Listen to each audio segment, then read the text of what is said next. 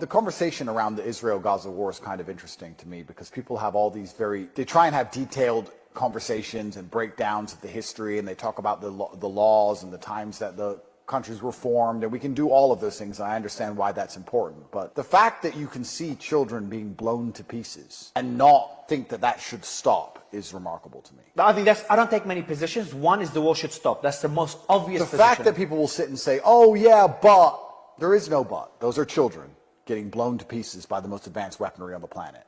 There is no but. And that's where I first fell out with people like Ben Shapiro, because he's saying, oh, Israel, Israel, Israel. I'm like, bro, stop calling for death.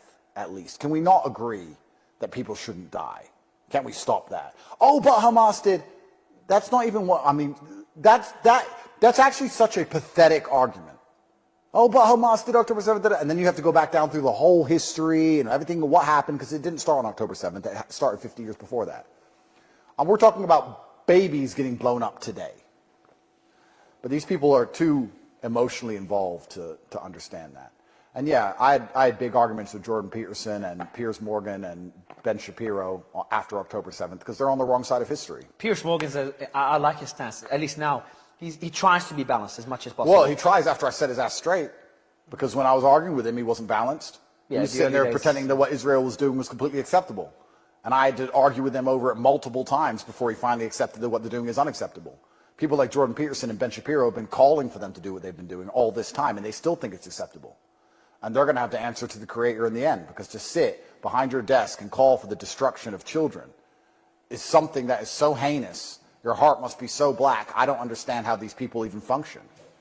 And especially what's annoying about it to me is that these people have never even seen violence themselves. You know, when you've seen violence, you kind of understand it at a more intrinsic level. That's why the people who call for war are the people who don't go to war. Ben Shapiro sits behind his little desk on his booster seat telling everyone who to fight all the time. He's never fought anyone in his life ever.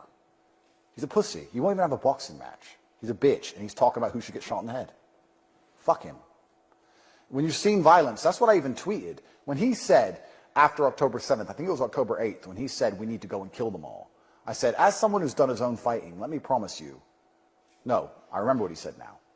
When there was negotiations with Hamas on October 8th or 9th, he said, no negotiations, kill everyone in Gaza, like a genocidal maniac.